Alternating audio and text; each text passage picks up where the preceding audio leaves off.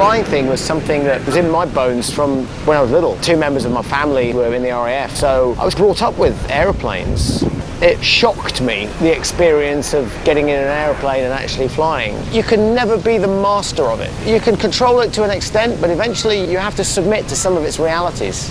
It's a very humbling experience. Bruce is just full on. I mean, he's the energy of the man. I mean, I just wish I had a serum and get something out of him to get into me. He tends to be able to juggle lots of things at once. He has a perpetual flood of ideas. His enthusiasm rubs off. When he gets excited about something, he really follows it through. I mean, like now, he's flying planes on days off, and we'd be like doing a European tour, and we'd fly home after the show, and he'd be up next day flying to North Africa. You know, you think, Christ, at his age, he should slow down a bit, but no, not a bit of it. Just past our second equal time point, so now we're absolutely committed to go to Narita. This is in fact my first time flying into Japan. I say it's a very wonderful experience so far.